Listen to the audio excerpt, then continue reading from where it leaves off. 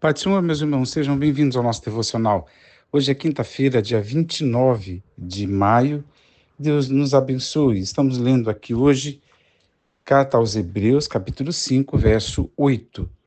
Mesmo considerando o fato de ele ser o Filho de Deus, aprendeu a obediência por intermédio das aflições que padeceu. Nos parece muito estranho pensar em Deus encarnado, Filho de Deus, na condição de aprender a obediência e na condição de sujeição a sofrimentos. Mas tudo isso aconteceu, foi assim, para o nosso exemplo e para que ele se tornasse esse Salvador nosso, né? Em todas as condições, não só de como aquele que veio em carne e sangue, como diz o apóstolo João, né? Mas aquele que de fato encarnou, né? Que viveu a nossa humanidade e deu exemplos em todas as áreas, inclusive na obediência, né? E por uma submissão total, né? À vontade de Deus. E até um dia desse eu li que alguém falou que ele tinha uma, não é neurose, mas assim uma compulsão, foi essa palavra que usaram, uma compulsão para obedecer. A, Jesus demonstra, não chega a ser uma compulsão, né? Que isso parece meio doentio, mas Jesus demonstra esse afinco, essa vontade maior do seu coração, quando ele declarou: olha, minha comida, minha bebida é fazer a vontade daquele que me enviou, a vontade do Pai, que ele sempre colocou como seu maior alvo na vida. Isso é um exemplo para nós. Mas o que a gente precisa recordar ao ler esse verso, ele não pode ser lido sem considerar que Jesus nunca foi desobediente, né? Então ninguém pode ler aqui e pensar: Jesus teve algum período que ele foi desobediente, por isso que ele aprendeu a obediência. Não, aqui é luz na luz, é santidade na santidade, né? O que acontece com Jesus é que ele sempre obedeceu. No entanto, havia aqui uma progressividade, digamos assim, de obediências que lhe custavam cada vez mais, né? Cada vez mais, numa entrega que lhe custava cada vez mais.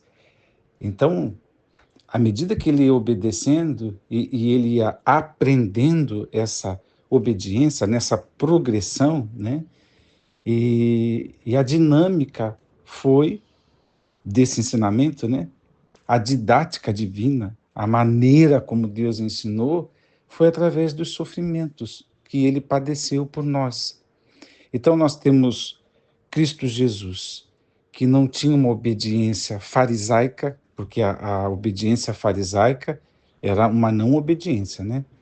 Era um fermento, da qual Jesus denunciou, das aparências, aquilo que eu posso mostrar para o outro. E Jesus condenou com veemência, né?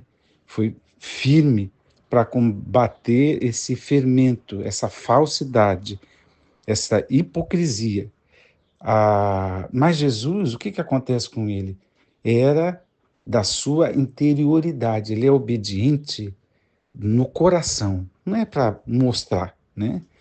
Ele era obediente de dia, de noite, com testemunhas público por perto, quando ele estava sozinho, em toda a sua vida e em todas as circunstâncias, não importando aonde ele estava, ele ia se submetendo a Deus. Então, isso era do seu interior, era do seu coração obediente. E foi progredindo de obediência em obediência, e a maneira como Deus ia ensinando era através do sofrimento. E por que que precisava ser treinado? Por causa do clímax da qual ele chegou, que foi a entrega total. a sua morte na cruz do Calvário e Osmar, mas morrer todo mundo vai morrer. Mas as implicações da morte de Jesus é muito mais do que qualquer morte, porque as pessoas argumentam assim.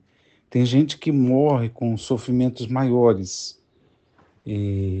Bom, a cruz era terrível, a morte por asfixia e a vergonha pública e tudo mais, isso já era muito terrível. Mas eu posso considerar essa fala de pessoas que sofrem muito, ficam com muitas dores, às vezes internada por muito tempo e sofrendo. Eu fico pensando em mortes tipo pessoa morrer queimada, enfim, existem dores que, que podem ser consideradas. No entanto, quando falamos das dores de Jesus, não tem a ver só com o físico. Isso não pode ser descartado. Não pode, né? Porque ele foi moído por nossas transgressões. Mas é aí é que está. As dores teve uma causa, né? Ele carregou sobre si o peso do pecado. Como diz, a Bíblia se tornou pecado, né, em nosso lugar. Então, Cristo Jesus teve a dor da separação de Deus, a dor de levar a culpa da humanidade numa morte substitutiva e, enfim, muita dor, né? A dor de suportar a ira de Deus são dores, né?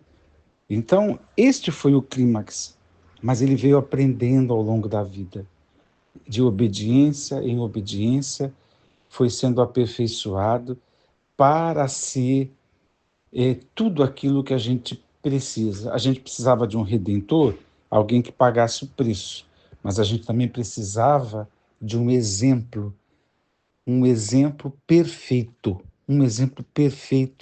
de obediência nós temos em Cristo.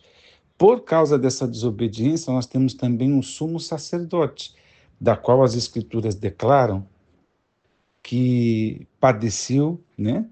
Sofreu, suportou todas essas questões da humanidade para ser alguém que nos entende, nos compreende e intercede por nós.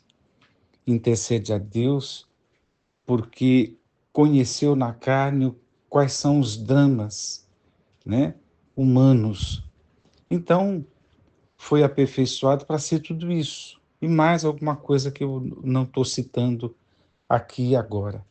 Para ser nosso sumo sacerdote, para ser esse exemplo de obediência, para ser redentor nosso, para cumprir os desígnios de Deus, os planos de Deus, para ser coerente com aquela entrega que ele tinha feito antes da fundação do mundo.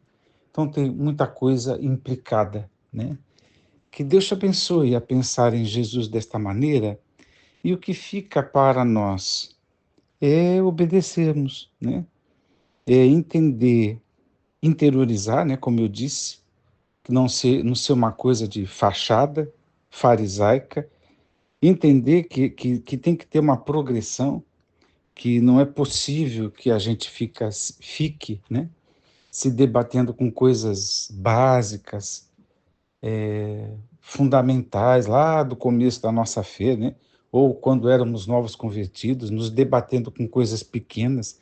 Não, mas que haja uma progressão, que haja esse movimento para obedecer cada vez mais e no envolvimento cada vez maior, porque aquele que crê em Jesus deve seguir a Jesus, né? Tome a sua cruz, negue-se a si mesmo, tome a sua cruz e siga-me. Tomar a cruz é essa identificação, né? É ir com Jesus até se precisar morrer por ele, né? Se identificar com essa obediência e com esse clímax. Eu vou com Jesus, né, até onde precisar ir, né? e depois entender, por mais que isso não seja nem de perto nem de longe, não parece algo bonito nem prazeroso, mas a dinâmica que Deus usa na maioria das vezes é o sofrimento, que é uma discussão filosófica, teológica, e, e a gente só não fica doido com esse assunto, porque o Espírito Santo nos consola, porque compreender o sofrimento é complicado.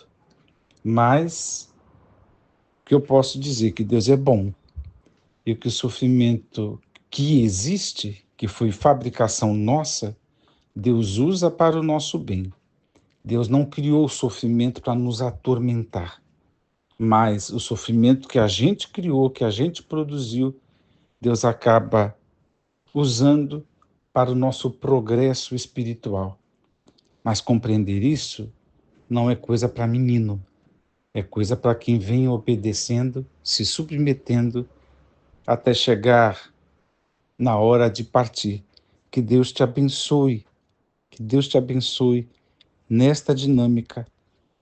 Deus te abençoe a compreender estas coisas e vamos ficar firmes, queridos.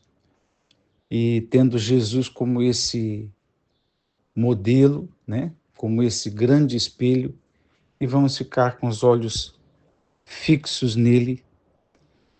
E é tão importante falar isso nos outros dias, porque às vezes, sem ser amargo, mas às vezes falta bons exemplos, né? Mas Jesus continua sendo esse maior, melhor exemplo. Deus te abençoe. Vamos orar. Pai eterno, que o teu nome seja engrandecido, glorificado, dá a tua paz a cada coração e dá-nos desta obediência, que saiamos das nossas desobediências para a obediência e que, em obedecendo, obedeçamos cada vez mais para que essa dinâmica também esteja em nós, a exemplo do teu Filho Jesus Cristo. Oro assim, Senhor, pedindo a tua misericórdia em meio aos sofrimentos, em meio às dificuldades. Dá a tua bênção a todos nós. Oro no nome de Jesus. Amém.